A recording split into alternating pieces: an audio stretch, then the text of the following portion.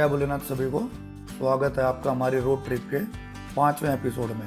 आज हमने hotel checkout करने से पहले ही नाश्ता करा और नाश्ते में आज डोसे से ही शुरुआत करी। साउथ साइड आपको डोसा और नारियल पानी ज़्यादा मिलेगा और इसका मज़ा भी अलग ही है।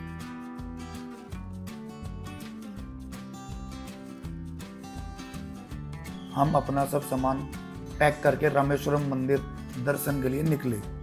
रामेश्वरम पहुंच के हमने गाड़ी पार्किंग में लगाई और सब ने अपने लिए एक जोड़ी कपड़े लिए, क्योंकि हमें पहले समुद्र में नहाना था और उसके बाद मंदिर के अंदर 22 कुंड में भी नहाना था। अब हम अपने कपड़े लेकर चले समुद्र के साइड। मंदिर में दर्शन से पहले समुद्र स्नान करते हैं और इस स्नान को अग्नि तीर्थ स्नान कहा जाता है, जो कि मंदिर के बिल्कुल पास समुद्र तट पर है।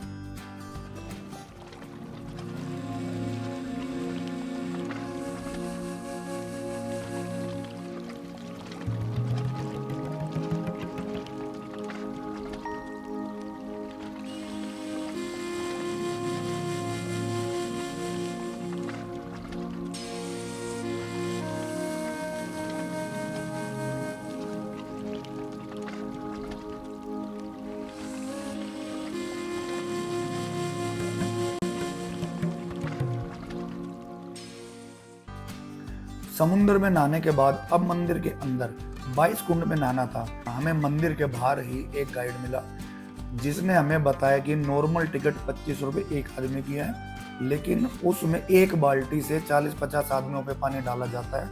लेकिन अगर आप हमें 200 रुपये एक आदमी के देंगे तो एक बाल्टी एक आदमी पे डाली जाएगी, आपको अच्छे से स्नान करा जाएगा। बात करते करते उसने हमें लास्ट 150 रुपये एक आदमी का बताया। मैं और रवि बाइक पे बैठ के दूसरे गेट पे पहुंचे, जहाँ से मंदिर में एंट्री होती है। जब तक हमने लॉकर में सामान रखा, बाकी भी सारे जने आ गए। गाइड के साथ साथ हम मंदिर में एंटर हुए और जैसे जैसे गाइड ने बताया हम उसके साथ साथ चलते रहे। मंदिर में 22 कुंड है। हर कुंड के पानी का अपना अलग ही महत्व है। हर एक कुंड में नहाने से अलग अलग पापों का नाश होता है। पहले समुद्र में नहा के फिर 22 कुंड के पानी से शुद्ध होकर भगवान के दर्शन करते हैं। यही यहाँ की खासियत है।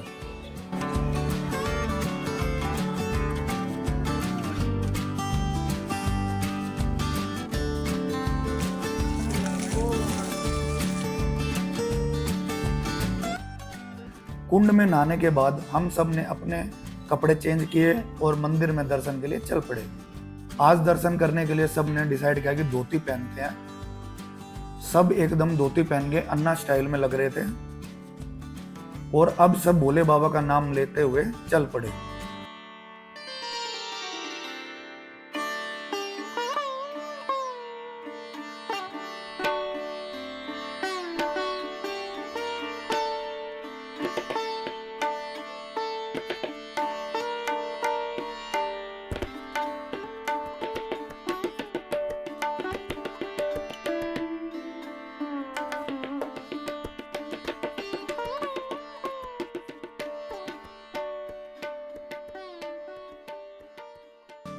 ये है मेन मंदिर के दर्शन करके अब हम निकले धनुषकोटी की तरफ। रामेश्वरम से लेकर धनुषकोटी तक का रास्ता बहुत ही सुंदर है।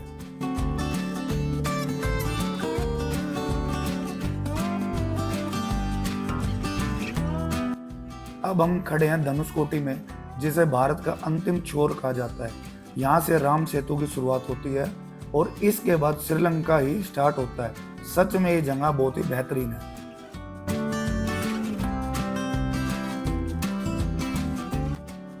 अब हम निकलते हैं उड़ीसा की तरफ। अब तक का हमारा सबसे लंबा रास्ता यही होगा, जो 1800 किलोमीटर के आसपास है।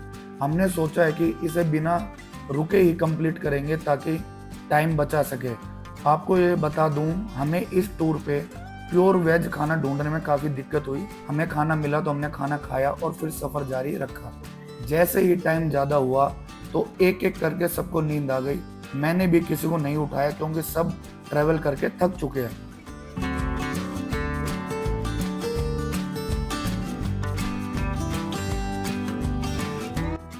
आप जब किसी यात्रा पे निकले हो और हर सुबह हनुमान जी के दर्शन कर पाओ तो आपको अलग ही फील आएगी, जैसे हमारे साथ लगभग ये डेली हो रहा था।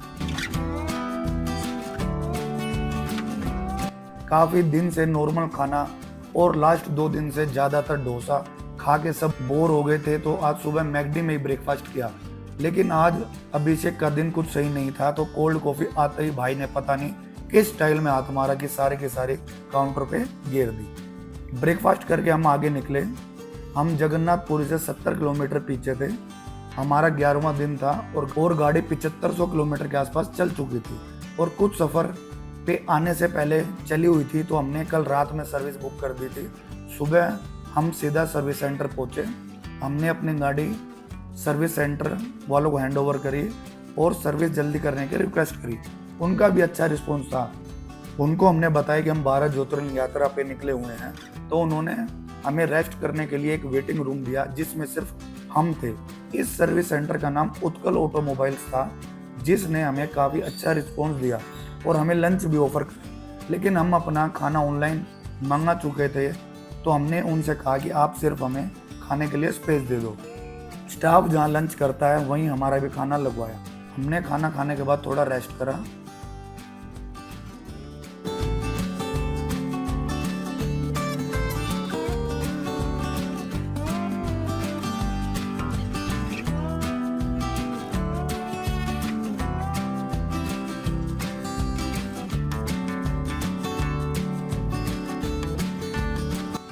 और हमारी गाड़ी भी जल्दी सर्विस हो गई। जाते टाइम उन्होंने बिल में भी डिस्काउंट करा।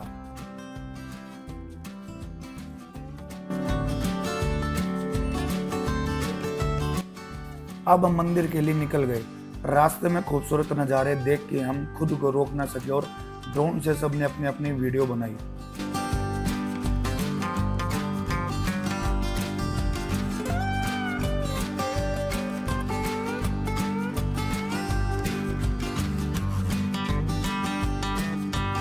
मंदिर पहुंचते पहुंचते अंधेरा हो ही गया था।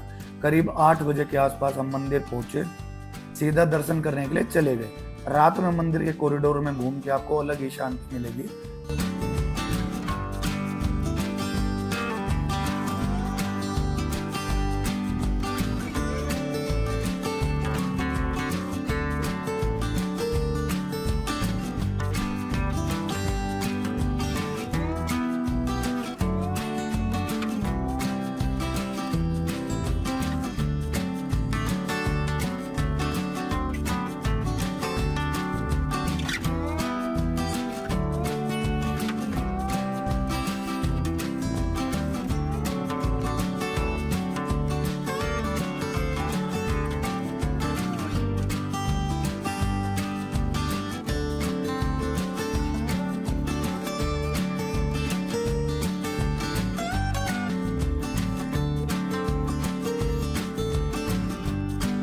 आज हमारी यात्रा का 11वां दिन था और अब तक हम 9 ज्योतिर्लिंग और 3 बड़े धाम के दर्शन कर चुके थे। मंदिर में दर्शन करने के बाद हम मंदिर के पास ही समुद्र के किनारे गए और हमने अपना थोड़ा सा टाइम वहीं बिताया। अब हम आपसे मिलते हैं नेक्स्ट वीडियो में। जय भोलेनाथ।